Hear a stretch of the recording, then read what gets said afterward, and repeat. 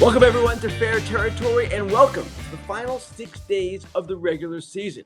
Should be rather interesting, but actually we have more clarity than I expected. The clarity is in the division races. Every one of those races is pretty much decided. Even the AL West, where the Rangers have a 2.5 game lead. The Rangers are 86% now to win the division.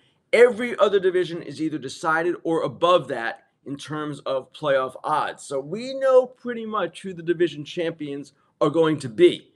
What we don't know are the identities of the wildcard teams in each league. In the American League, big series started last night. Justin Verlander was absolutely brilliant in Seattle. And look at the Mariners. They are falling apart here. We could have some clarity on the AL wildcard race by the end of the week, too, the way the Mariners are going. They are in the midst of a critical 10-game stretch to end their season.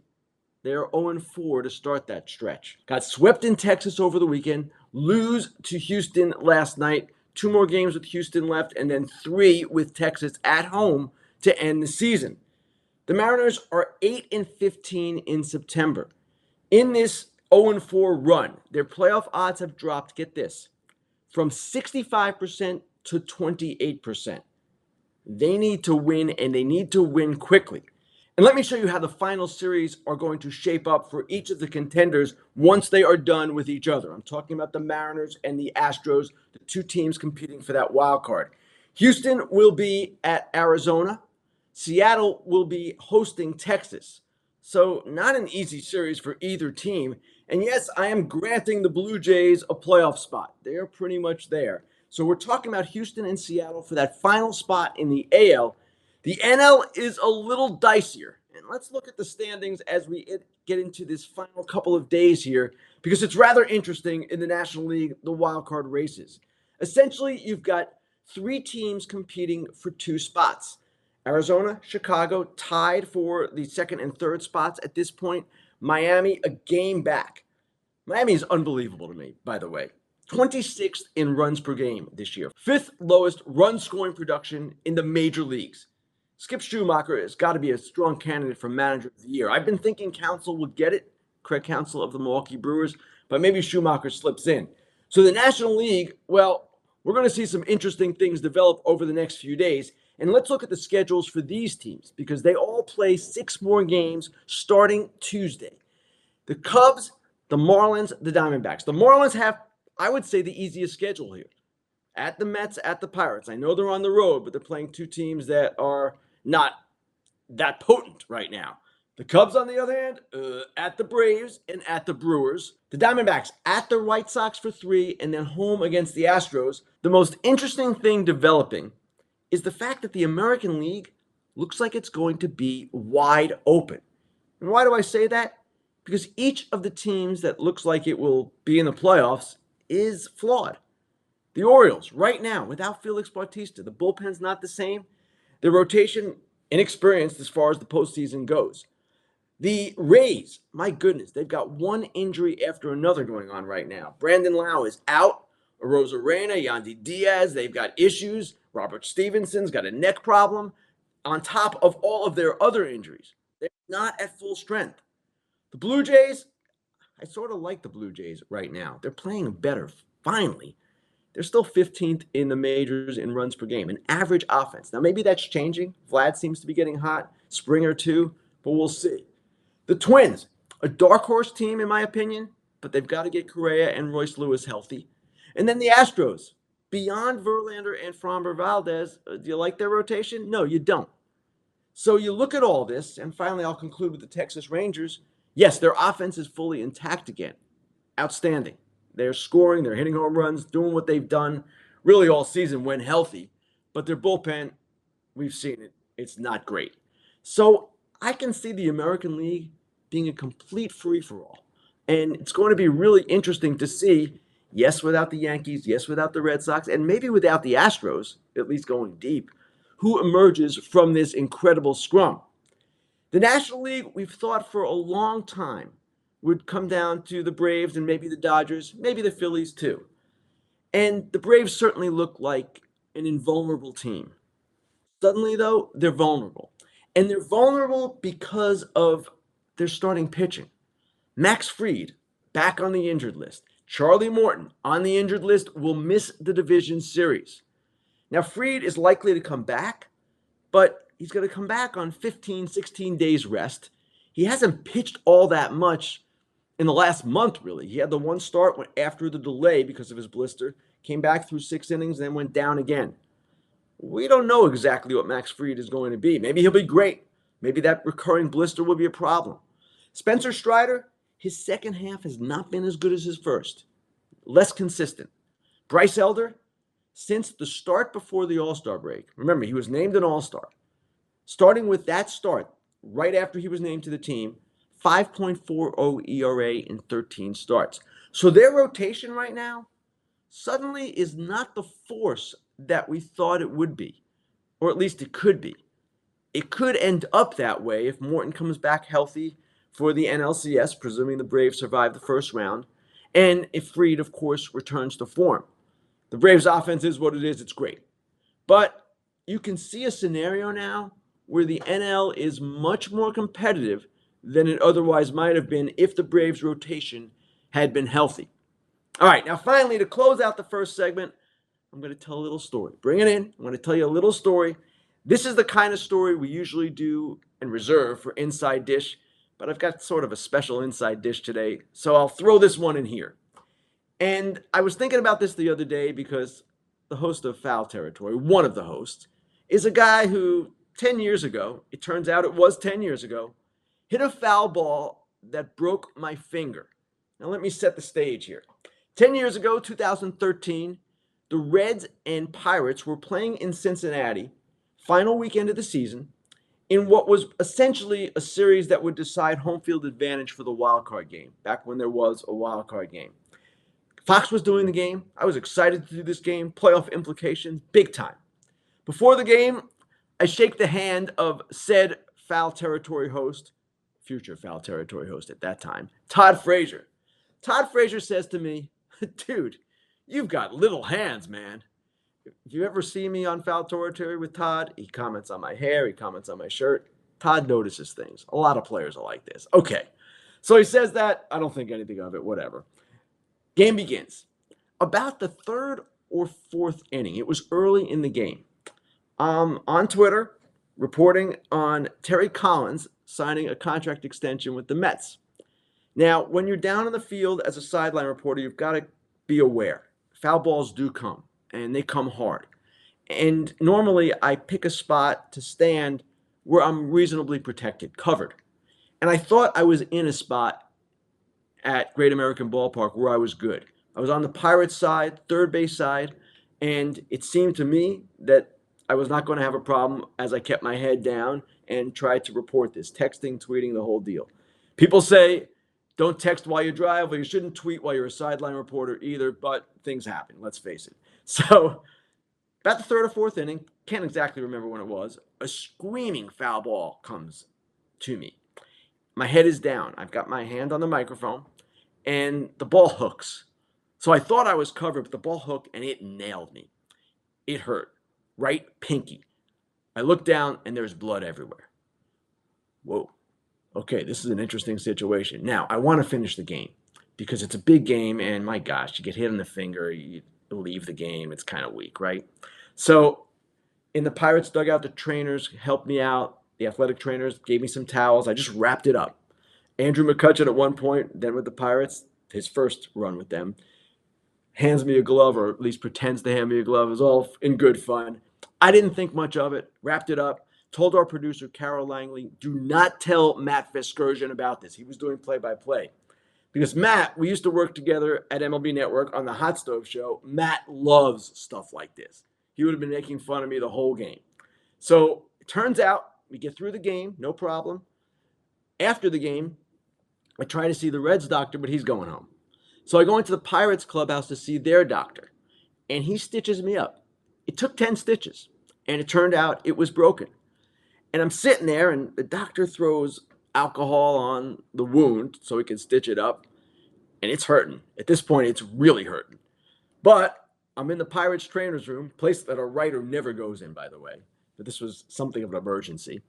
And Justin Morneau, one of the toughest players in the game, Canadian guy who played hockey, is sitting there and he's looking at this and he's kind of laughing. And I'm kind of dying. I mean, not dying, but I'm in pain. And I can't say a word because Justin Morneau is sitting there. And if I start crying like a little baby, he's just going to laugh and tell his teammates forever. So, long story. Moral of the story is the finger gets fixed. Todd Frazier breaks my hand, and now we are partners on foul territory. Time now for the Inside Dish. This is the segment where I usually go inside a story I've written or inside a trend or a story developing within the game. And this week, as I promised, I want to do something a little bit different as we look ahead to free agency. I want to go through some of the players who might be spending their final days with their current teams and talk about their free agency and where they might end up. Who am I going to start with? You guys know who I'm going to start with. Shohei Ohtani. Now, we know he plans to be ready on opening day to hit again. He won't be able to pitch in 2024 as he comes off whatever surgery he had. We don't know the surgery he had because his agent won't reveal it. This is a big secret. Whatever. Where do we think Ohtani will go? The Dodgers have been the favorite for a long time, or at least a team we thought would definitely be in the mix. I do not rule out the Mets. I cannot see Steve Cohen simply passing on Shohei Ohtani.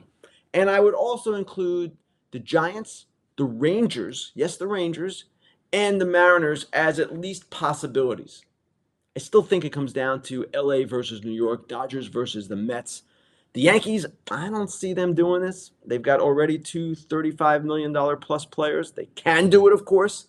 But at the same time, as I've said before, every contender, every wannabe contender, should be in the mix for Shohei Ohtani. Okay, we move on. Matt Chapman. Matt Chapman with the Blue Jays, maybe the most interesting position player free agent if you don't count Ohtani. And he's a guy who hasn't had the best offensive year. He started off great, then kind of struggled. But he is an amazing defender, a brilliant defender. And I want to show you something here that might indicate which teams should be the most interested in Matt Chapman. You look at these teams, these are where they rank at third base in OPS. Now, I don't expect the Mets to be in because they've got Brett Beatty, they've got Mauricio, they're going to mix in some younger players. Diamondbacks, Longoria will be off the books. The Phillies, they probably won't be on a third baseman because they'll keep Bohm there if Bryce Harper plays first base, but who knows what they might do. And then the Mariners, a team that, yes, could use some pop at third base. Now, I will warn people, as I always do, that free agency is unpredictable just because we have these teams that look like they need third baseman.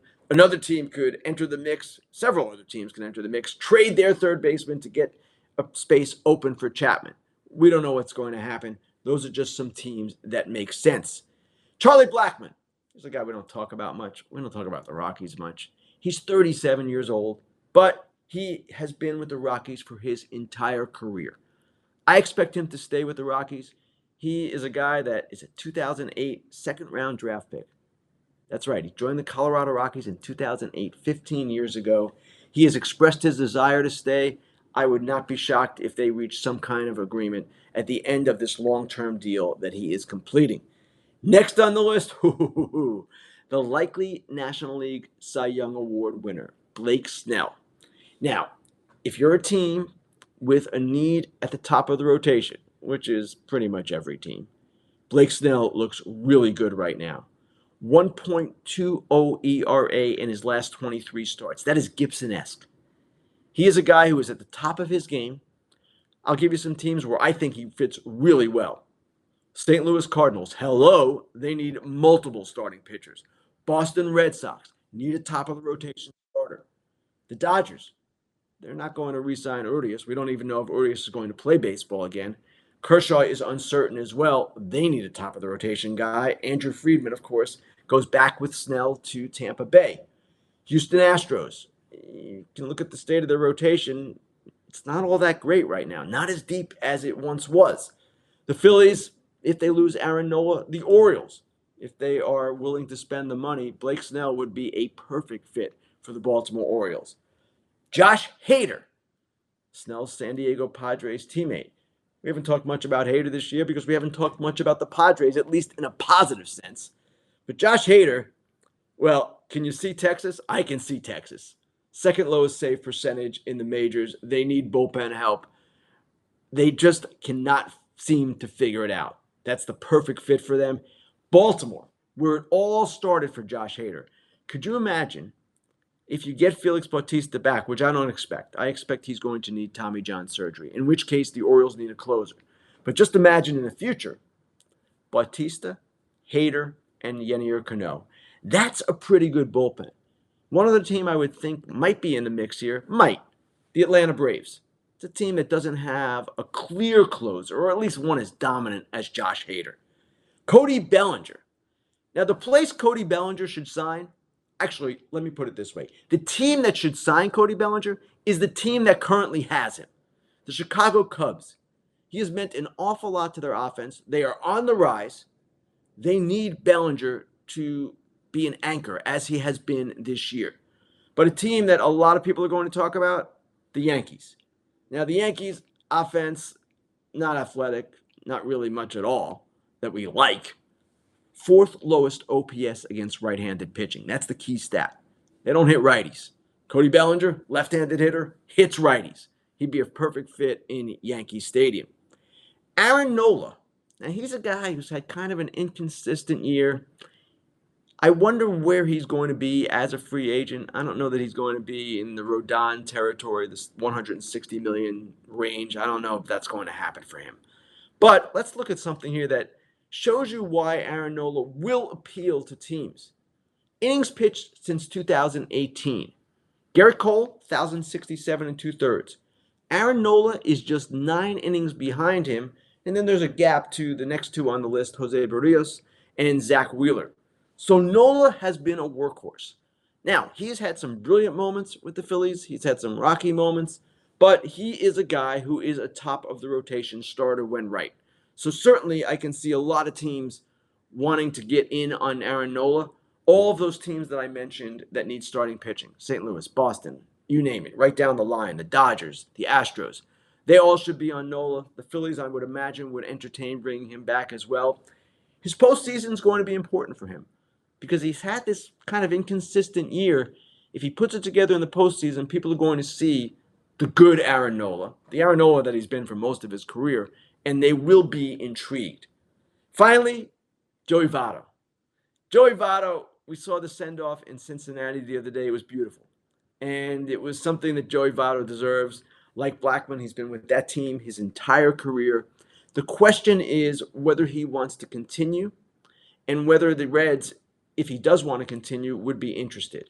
He's got a $20 million club option for next year. They're not picking that up. Not with the production where it is this year for him. $7 million buyout. Could I see them working out another one-year arrangement with the buyout somehow figuring into the overall price? Yes, I could see that. Kind of depends on Votto, though. And he had an interesting comment the other day when he completed his home schedule with the Reds, and he said, I don't know how much it's the shoulder surgery affecting my performance, and I don't know how much it's me. And this is who I am now. That's what he has to decide. But Joey Votto, if he plays again, it has to be for the Cincinnati Reds. Come on. We cannot see Joey Votto in another uniform. All right, dude and dork of the week. We've got some good choices this week, but I think the winners are fairly obvious. Dude of the week earned his 200th victory. Took him a while to do it, but Adam Wainwright got to 200. It's been a trying season for him. Trying season to get those 5 wins. Wainwright, even after that brilliant performance against the Brewers to get to 200, 7.40 ERA, 973 OPS against. But you see here, waving his cap, to top it off the way he did, to get 200 by shutting down the team that is going to be the National League Central champion, that was really cool. And people around the game love and respect Adam Wainwright for the brilliant career that he has had, for the person he is, former Roberto Clemente Award winner. He is just someone you want to see succeed. Great to see him get to 200. It would have been fine if he ended his career at 199. He still would have had a great career, but all the better that he gets what Cal Ripken Jr. used to call the big round number. Dork of the week. This team seems to fill up this category on a regular basis. Their owner, their play on the field, their antics off the field. And this week, I can't say this topped, all of the other things that they've done this season, but it certainly was fitting. The Oakland A's gift to Miguel Cabrera for his farewell. All teams have been giving Miggy a gift. It's his last season. Great farewell tour he's had. And here are the Oakland A's, and there's manager Mark Kotsay, and don't blame him for this, giving Miggy a bottle of wine. Initially reported on Twitter that that bottle of wine was worth about $96. John Shea of the San Francisco Chronicle had a story yesterday saying, no, no, no, no. It was actually a $200 bottle of wine. And the A's had cleared it with the Tigers that they could give Miguel Cabrera a bottle of wine, even though he is a recovering alcoholic. Other teams had given him similar gifts. It's ceremonial. The Tigers said, no problem. You can do that. Other teams have. Miggy's good with it. Okay. That part of it's fine. But $200, not so fine. And my goodness, how about a case of wine? How about showing a little bit of effort when you give Miguel Cabrera a farewell gift? The A's, their owner, John Fisher, they've shown no effort in any regard this year. The only effort they put forth is the one to get to Vegas. And they're going to get to Vegas. Okay, great.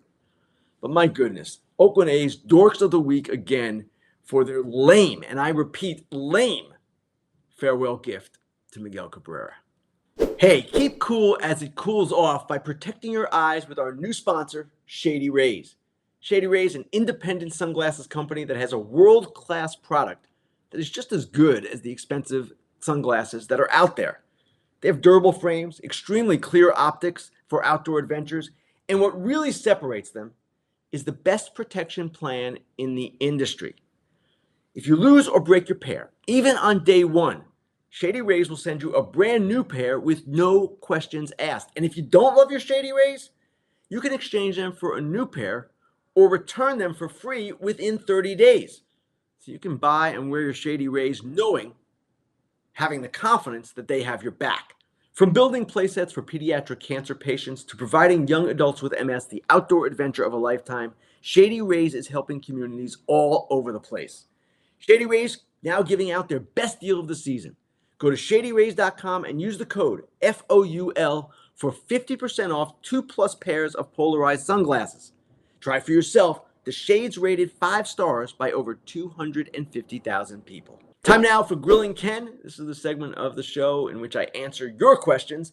Let's go to the first one this week, and it comes from Luis Frias. Do you think that Bob Melvin will be back with the Pods next year, knowing that the relationship with Preller is unfixable? That line, unfixable, that word, is directly from our story in The Athletic last week that detailed the Padres' dysfunction, what one player called an institutional failure.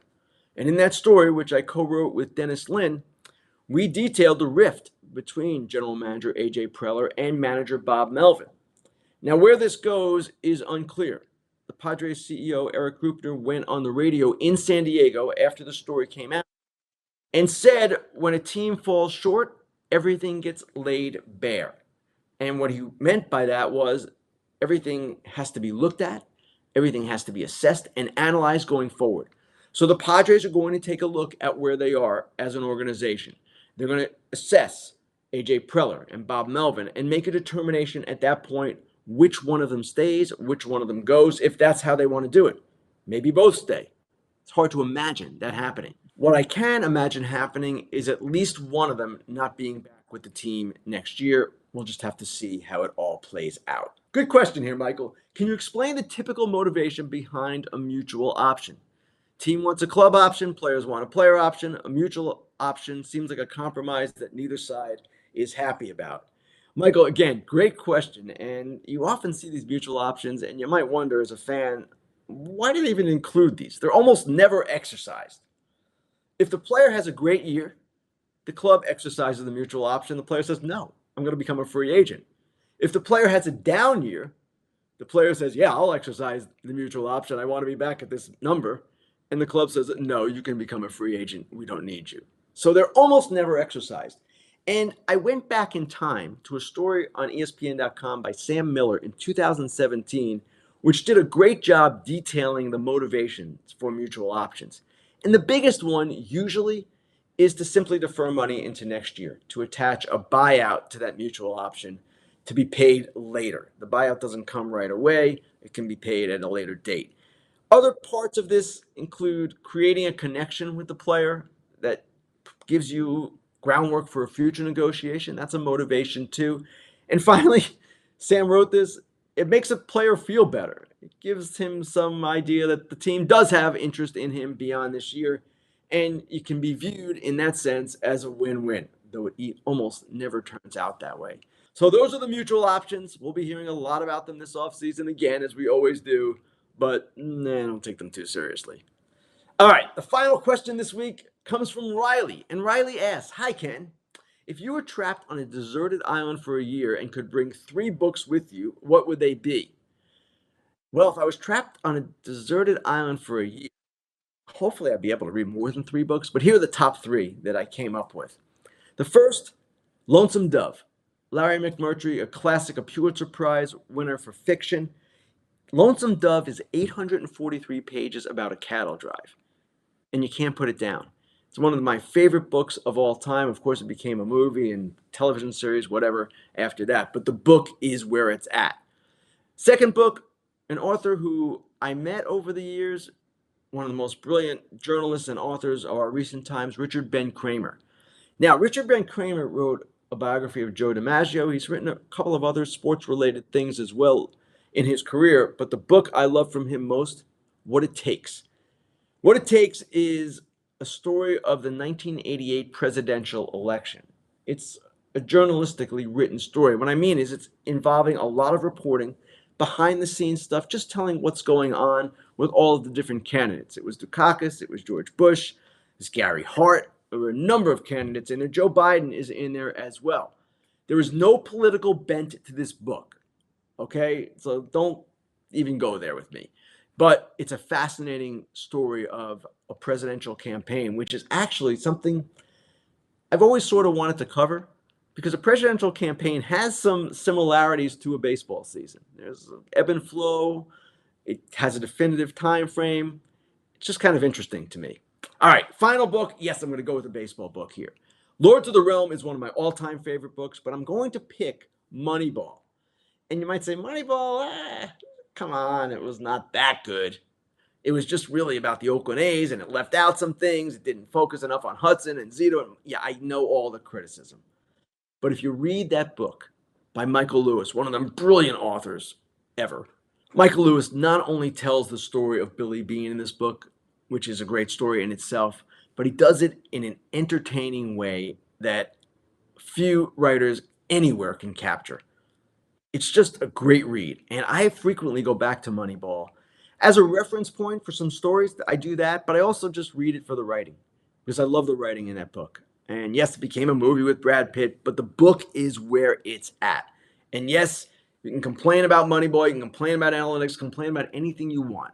I'm just talking about the quality of the writing, the quality of the book. It is a great book. Looking ahead this week on Fox, we've got the Rangers at the Mariners in what should be a very important game if the Mariners can figure out how to win, maybe, make it kind of interesting. This series is one that we've been pointing toward all season, really, as this AL West race has shaped up. Now, as I said earlier, the Rangers are in a commanding position for the division title. Who knows? That could be a clincher by then. It also could be the Mariners' last stand. So it should be a really interesting game coming from Seattle on Saturday on Fox. Thanks, everyone, for your questions. You know where to find us: YouTube, Spotify, Apple. Like us, subscribe to us. We will be back next Monday, wrapping up the regular season and looking ahead to the wildcard round, maybe some awards talk as well. Hey, get in on the action with the FT fam at BetMGM. New customers use the bonus code FOUL, F-O-U-L, for a $1,500 first bet offer. Download the BetMGM Sportsbook app on iOS or Android, or visit BetMGM.com. Sign up and deposit at least $10 into your BetMGM Sportsbook account. Place your first wager and receive up to $1,500 back in bonus bets if the bet loses. If that bet does lose, your bonus bets will be available once your initial wager is settled. Gambling problem or concern? Call 1-800-GAMBLER.